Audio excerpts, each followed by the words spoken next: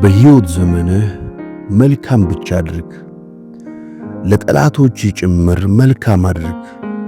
ለሚጠሉ ጭምር መልካም አድርግ። መኖርህን ለማይፈልጉ ጭምር መልካም አድርግ።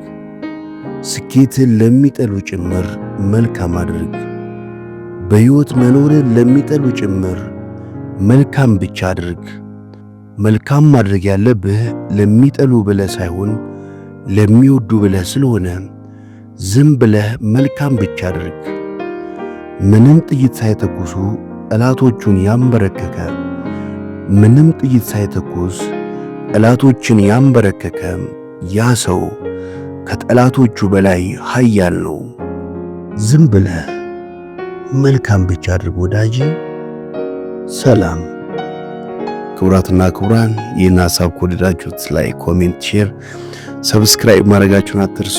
ይመቻችሁ።